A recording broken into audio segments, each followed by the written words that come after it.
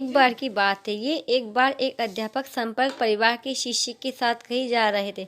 तो उस शिष्य को कुछ मजाक सूझी, क्योंकि उसको रास्ते में किसी गरीब मजदूर के जूते दिखाई दिए। उसने अध्यापक से कहा, गुरुजी, अगर हम इन जूतों को छुपा दे तो कितना मजा आएगा। देखते हैं कि मजदूर पर इसका क्या असर पड़ता है।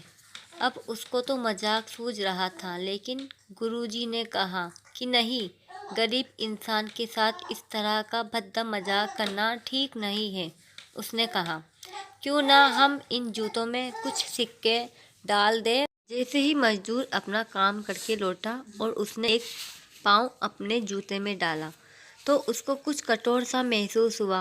उसने अंदर हाथ डाला तो उसको कुछ सिक्के दिखाई दिए। वह थोड़ा आश्चर्य में पड़ गया। उस आसपास किसी को देखा तो कोई भी दिखाई नहीं दिया। वापस उसने दूसरा पैर अपने जूते में डाला और वापस उसको कुछ सिक्के दिखाई दिए।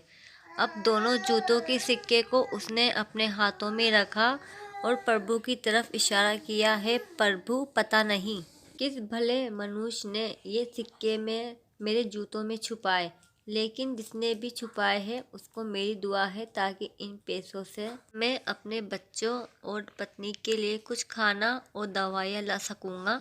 और इतना बोलकर वह चला गया।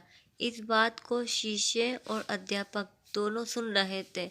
अब अध्यापक ने शिष्य से कहा कि अब तुम मुझे बताओ कि तुम्हें कैसा महसूस हुआ, तुम्हारी पहली वाली मजाक या मेरा ये तरीका। तो उसने कहा कि गुरुजी, मैं आपसे क्षमा चाहता हूँ। अब मुझे समझ आ गया कि सच्ची खुशी किस चीज़ में है।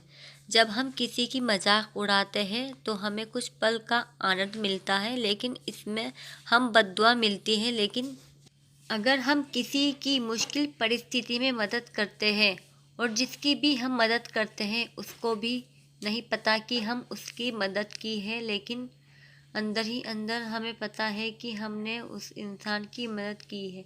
यही सच्ची खुशी है। जब हम दूसरों को खुशी देते हैं तो हमें सच्ची खुशी मिलती है। इसी तरह खुशियाँ बांटते रहिए और लोगों की मदद करते रहिए और दान करते रहिए। जिसके भी आप काबिल हो, जितना भी आपसे बन पड़े, और दान करें, लेकिन दान ज़रूर करें। इसका मतलब ये नहीं है कि आपको कंपल्सरी या अनिवार्य रूप से इतने रुपए दान करने ही चाहिए, क्योंकि हर किसी की ज़रूरत अलग अलग हो सकती है। अगर आप किसी को पैसे का दान नहीं कर सकते तो आप कम से कम चीज़ों का दान तो कर ही सकते हैं। मुझे पूरी उम्मीद है कि ये हार्ट टचिंग स्टोरी आपको ज़रूर अच्छी लगी होगी। आपका कीमती समय देने के लिए दिल से शुक्रिया।